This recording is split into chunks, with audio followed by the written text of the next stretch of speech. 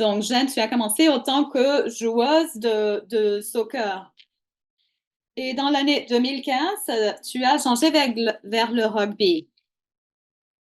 C'est incroyable et je pense que ça ne suffit pas de le dire. Tu es l'ancienne capitaine de l'équipe du Canada. Tu as gagné des médailles pendant les Jeux olympiques de l'année 2016 et tu étais connue comme une des meilleures femmes des, des Jeux de Seven de rugby dans le monde. Je, j'imagine que ce chemin a eu des points saliants et des points ne pas si saliants. Est-ce que tu peux les partager avec nous? Réponse. Si on le présente comme ça, oui, je peux dire que c'est assez phénoménal. J'ai eu une carrière excellente, mais tel que tu l'as dit, il y a eu des points positifs et des points ne pas tellement positifs. L'un des points les plus saliants était avoir été élu en tant que capitaine. C'était un rêve devenu réalité. Je rêvais avec ça même avant de gagner cette responsabilité. Ça m'a donné beaucoup de fierté. Vraiment, mener un groupe si talentueux d'athlètes féminines, cela était, je pense que le point le plus saliant de toute ma carrière sportive. Ça m'a rempli de gratitude, de fierté. Et ça va rester toujours dans ma mémoire parce que je l'ai partagé déjà aussi avec mon père. C'était très important pour lui aussi. Vraiment voyager partout dans le monde, vraiment avoir 7 passeports. J'étais un enfant qui a grandi très rapidement parce que bon, le rugby m'a donné une vie que je ne pense pas que j'aurais eu autrement. Il y a aussi des points qui accompagnent les points les plus salients. Il y a des difficultés. Le sport peut être très demandant. Ça m'a forcé à arriver jusqu'à mes limites. Et cela a eu des conséquences, des sympas. J'ai dû faire face à la fragilité du corps, à la réhabilitation, les sacrifices faits pendant ce chemin, tels que par exemple être loin de ma famille, de mes amis, perdre, rater des événements propre de la vie, n'est-ce pas? Cela a été un défi en soi. Et aussi la pression de vraiment avoir des bons résultats. Cela a été vraiment beaucoup parce que j'étais consciente de que je jouais déjà à 100%, mais cela me faisait douter de moi-même, avoir des moments de frustration.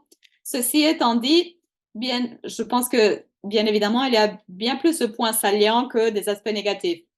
Question par rapport à te redouter et ne pas être sûr de toi-même.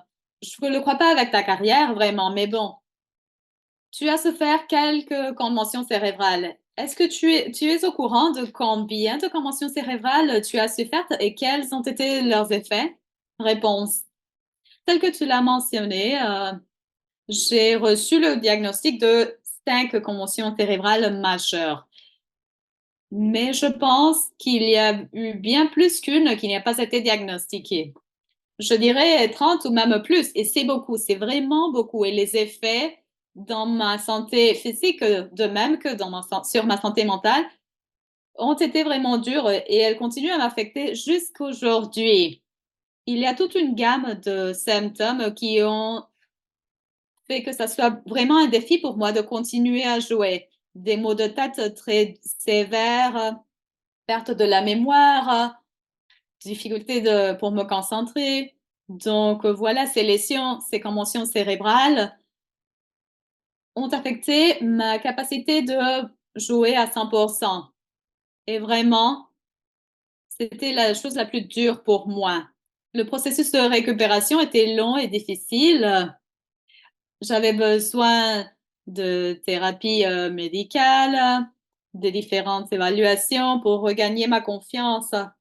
Mais par contre, ce sont les commotions cérébrales qui n'ont pas été diagnostiquées qui m'ont vraiment traumatisée. Je- J'étais désorientée, je me trompais, mais je ne cherchais pas à avoir un médecin, ni je rapportais ce type d'incident. Les effets de ce type de commotion cérébrale ont eu des effets jusqu'à présent. J'ai toujours des lacunes où je perds, je oublie les choses. Des difficultés avec l'association du temps. J'ai des moments sporadiques de dépression et d'anxiété. je ne suis pas sûre que ça soit lié, mais je pense que peut-être ça, c'est lié en fait aux conventions cérébrales. Et cela a eu bien évidemment un effet très significatif sur ma vie après avoir pris la retraite. Mon Dieu, Jen, tu as parlé d'anxiété, dépression, manque de concentration. Donc, ce sont vraiment beaucoup de choses. À quel point tu as dit, bon, c'est beaucoup déjà, je dois demander de l'aide. Réponse. Ça m'a pris beaucoup de temps, vraiment, pour demander de l'aide. Je ne l'ai fait que après avoir pris la retraite. Pour moi, le point qui m'a permis de le faire, c'est quand je me suis rendu compte que les symptômes n'allaient pas partir tout simplement comme ça. Ça avait un effet dans mon bien-être général. C'était la combinaison d'inconfort physique, de difficultés cognitives et de défis émotionnels. Cela m'a poussé à chercher de l'assistance, de l'aide des médecins qui étaient spécialisés en lésions traumatiques cérébrales. Vraiment, j'étais fière de ma résilience, de ma force et vraiment, je n'ai pas donné aux lésions cérébrales le même respect que j'ai donné aux lésions physiques. Oui, vraiment. Respecter les lésions cérébrales, de même que les lésions physiques est essentiel. On, on peut sentir les lésions et on peut voir les lésions dans le physique, mais pas celles qui sont cérébrales. Donc, quel est ton conseil pour les jeunes athlètes par rapport à l'importance de prioriser la santé mentale et cérébrale? Réponse. Je ne peux pas souligner suffisamment l'importance de prendre soin de la santé mentale et cérébrale dans le sport. On doit garder toujours en considération que ce sont nos cerveaux, les organes les plus essentiels pour notre bien-être. Les conséquences peuvent être sérieuses, ne pas seulement sur notre performance, mais sur notre vie, notre qualité de vie. Moi, j'ai des problèmes jusqu'à présent. Donc, mon conseil, c'est de prendre les lésions cérébrales très au sérieux, s'y rendre au médecin le plus vite que possible et vraiment faire tous les traitements et les diagnostics nécessaires. N'essayez pas de continuer même avec de la douleur. Faites attention à votre corps, faites attention à votre cerveau parce que je vous avoue, il n'y a pas suffisamment de médailles qui soient plus valieuses que la santé de votre cerveau. Pendant des années, je ne pensais pas que j'allais dire une telle chose. Si j'arrivais à combler mes rêves, gagner les Jeux olympiques, j'allais être la meilleure du monde. J'étais jeune, j'étais naïve et je ne voyais pas la réalité. Voilà une déclaration qui a un effet. Ça a un effet sur moi. Aucune médaille vaut l'expérience que je traverse maintenant. C'est une déclaration énorme, Jen. Je pense que c'est important que tous les enfants qui sont présents puissent bien écouter et comprendre ta déclaration. Qu'on réfléchisse à maintenant. Très souvent, on ne pense pas dans l'avenir. Ma fille joue ce RINET compétitif. Après la quatrième convention cérébrale, le docteur lui a dit, est-ce que tu voudrais bien faire des études universitaires? Donc, si tu veux le faire, tu ne peux pas retourner à jouer. Et si tu retournes, tu n'es pas en mesure de s'offrir une autre convention cérébrale. C'était très dur pour nous tous de l'écouter. Mais vraiment, je suis heureuse que ce docteur, à ce moment-là, lui ait dit une telle chose. Ta santé cérébrale est principale. Si tu ne l'as pas, rien d'autre peut être accompli. Une question pour toi. Le rugby,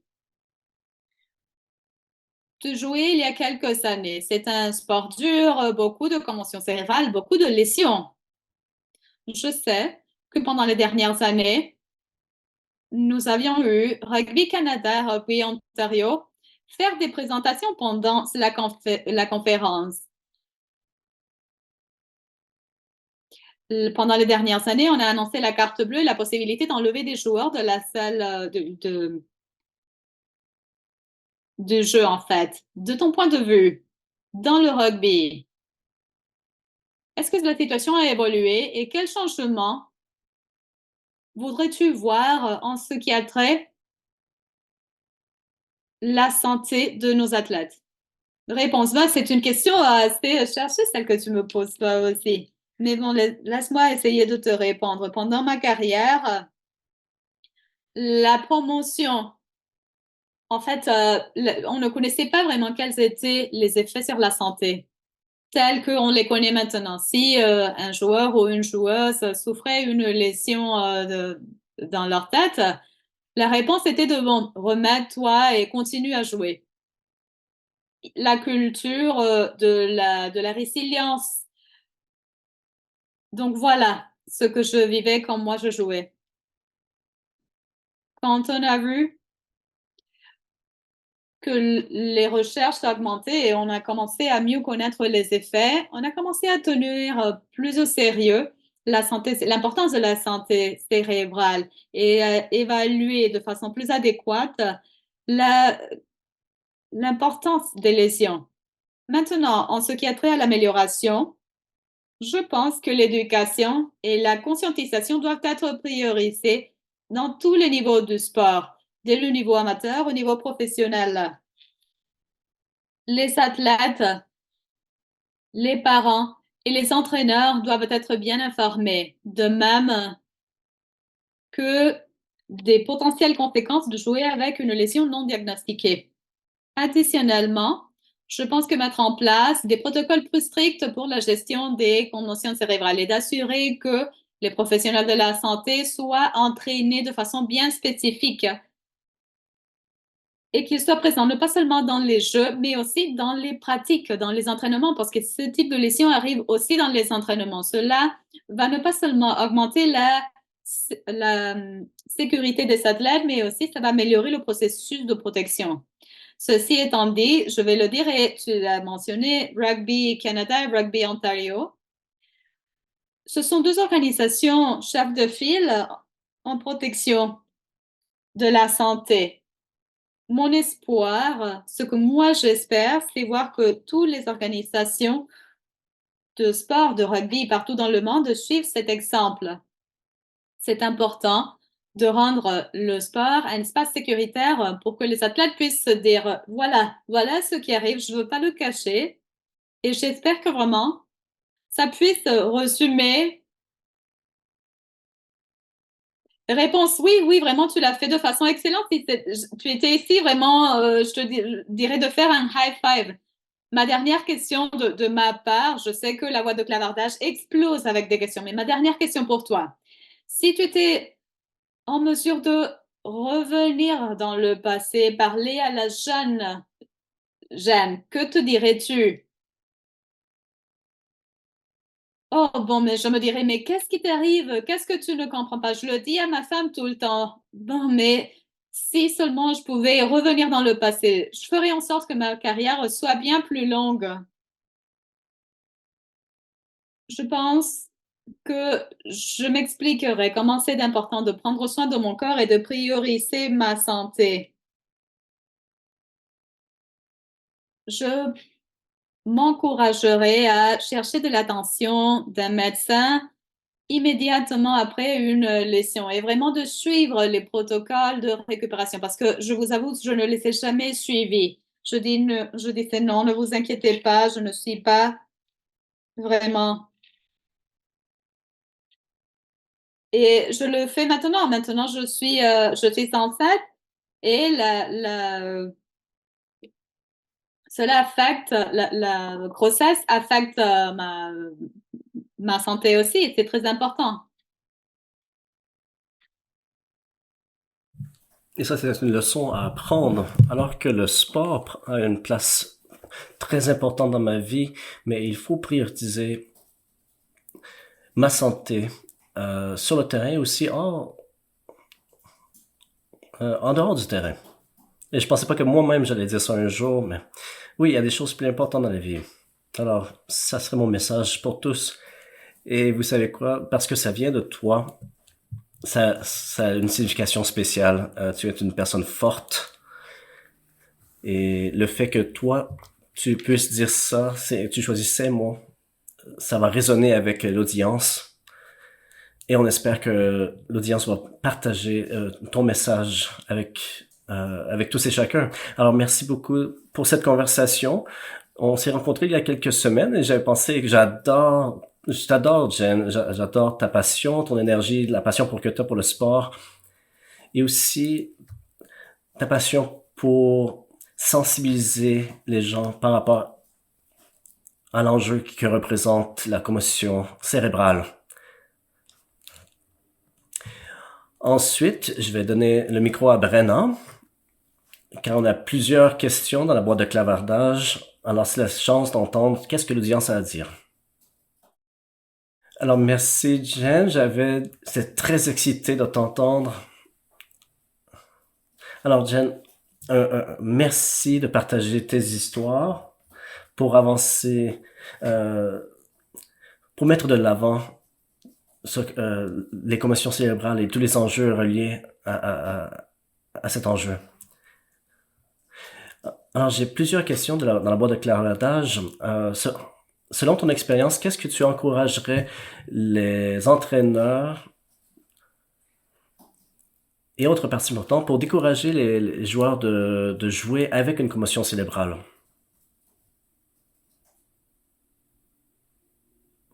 Alors, je dirais que en tant que joueuse qui a vécu plusieurs commotions cérébrales, il y a une certaine pression des entraîneurs et de l'équipe. Souvent, les joueurs ne divulguent pas leurs problèmes de santé car leur position dans l'équipe serait compromise. Quand on n'est pas en train de jouer, quand on ne peut pas jouer, il va y avoir un coéquipier qui va prendre ta place. Et si le coéquipier a une bonne performance, peut-être que tu ne vas pas regagner la place perdue. Alors, il y a une pression qu'on se donne en tant que joueur de ne pas divulguer nos problèmes de santé. Alors, le but ultime, c'est de gagner. Et parfois, le bien-être d'un joueur devient secondaire. Et moi, je n'ai jamais vraiment joué à 100% car j'ai toujours des blessures. Mais mon 100%, non, pardon, mon 80% est encore meilleur que le 100% d'une recrue. Alors, j'ai juste continué à jouer. Il faut avoir un dialogue entre les membres médical avec les entraîneurs, avec les joueurs. Il faut rassurer le joueur que oui, il va avoir encore une place pour toi, même si tu dois te reposer. Car moi, si j'avais une blessure, j'arrêtais de jouer, le focus n'était plus sur moi, je me sentais pas importante. Le focus était sur l'équipe, sur le terrain, en train de jouer. Alors, c'est important que l'entraîneur puisse faire comprendre aux joueurs que le joueur a une place dans l'équipe.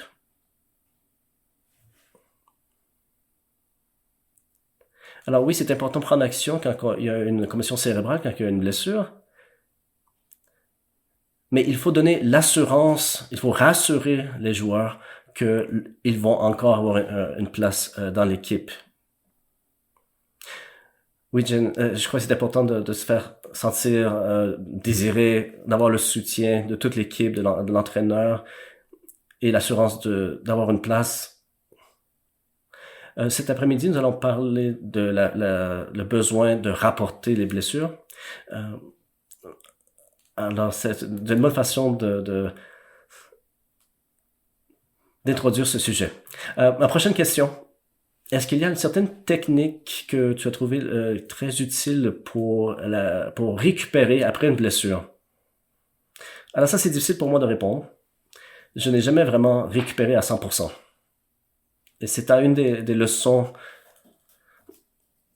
que je voudrais pas dire aux autres. J'ai eu ma plus grosse commotion cérébrale en 2013 au championnat du monde. C'était ma première. Et c'était la première d'une série de commotions cérébrales. Alors, c'était dans les semi-finales, les demi-finales, pardon. Et j'avais besoin de caféine et d'autres produits pour m'aider à performer.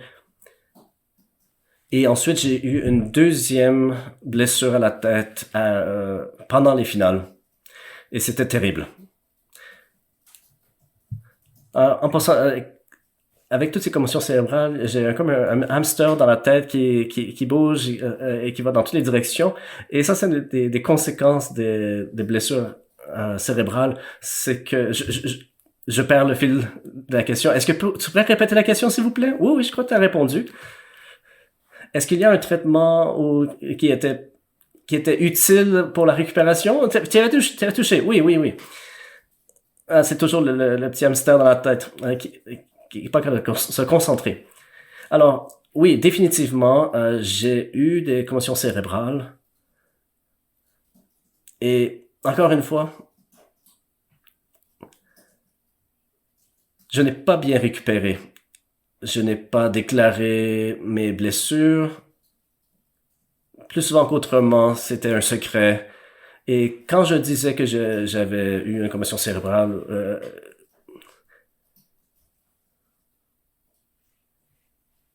je mentais. Je ne suivais pas les protocoles de récupération et je cochais la case oui, oui, je vais bien. Alors, je pourrais pas vous dire quelle technique est la meilleure pour la récupération qui m'a aidé particulièrement, autre que le repos. Et ça, c'est une leçon que j'avais pas appris avant ma retraite. Alors, merci.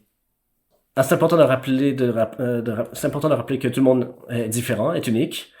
Alors, qu'est-ce qui fonctionne avec une personne nécessairement ne fonctionne pas pour une autre?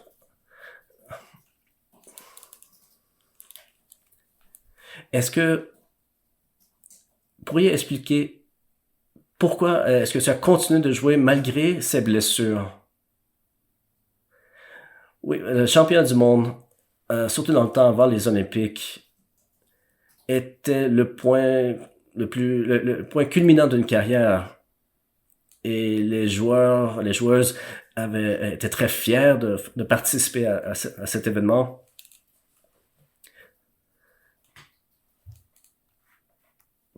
Alors pour le rugby à 7, c'est le sommet d'une carrière. Et quand j'ai eu ces commotions cérébrales, c'était moi qui étais la capitaine.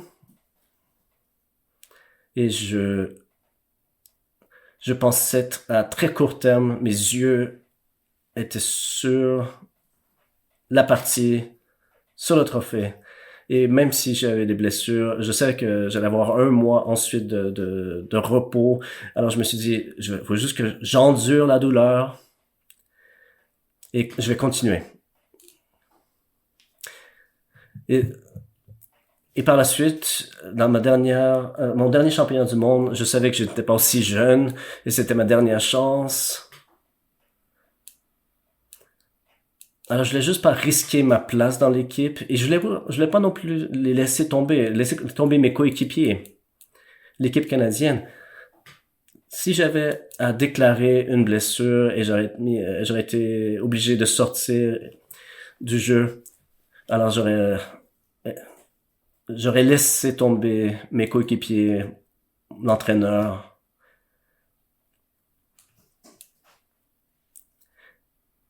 Alors, c'est un conflit pour moi. Est-ce que je choisis ma santé ou mon équipe? Et j'ai pris la décision d'endurer la douleur, de continuer à jouer, malgré la blessure. Mais maintenant, c'est difficile de ne pas regretter mon choix, vu que je souffre encore de ces décisions aujourd'hui. Oui, il y a plusieurs facteurs à considérer quand on prend une décision.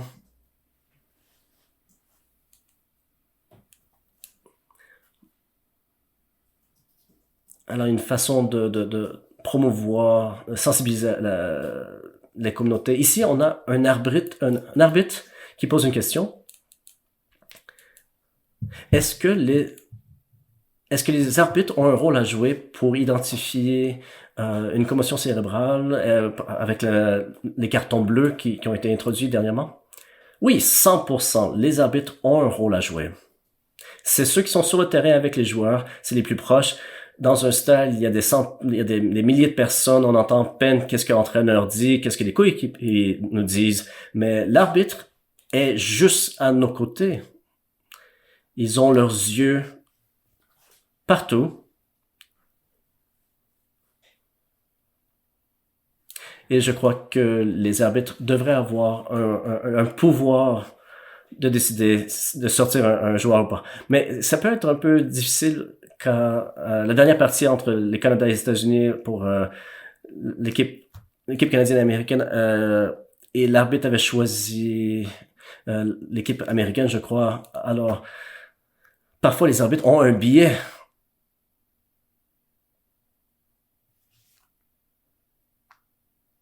Mais je crois toujours que les arbitres ont un rôle à jouer. Alors imaginez, vous vous frappez la tête et vous devez sortir du jeu, prendre un test, suivre le protocole, et si vous passez le protocole, vous pouvez revenir au jeu. Mais si on ne passe pas le test, l'arbitre ne va pas laisser le joueur revenir.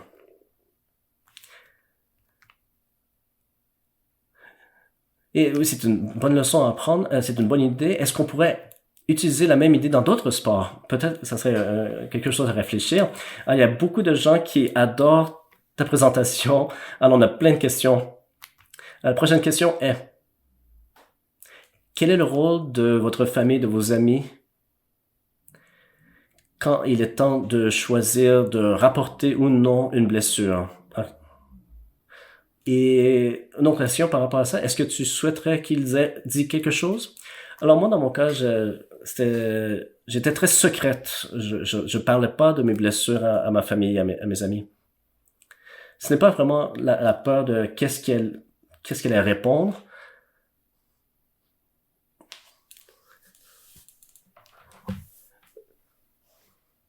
C'était vraiment une décision pour moi de mentir.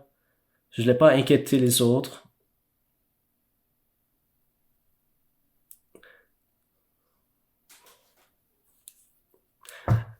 Je savais que ma famille m'aurait dit que c'est plus le sport c'est important, mais c'est pas le plus important. Mais à ce moment-là, j'étais pas d'accord. Avec le recul, j'aurais dû divulguer mes blessures avec pas juste avec la famille et les amis, mais aussi avec l'entraîneur.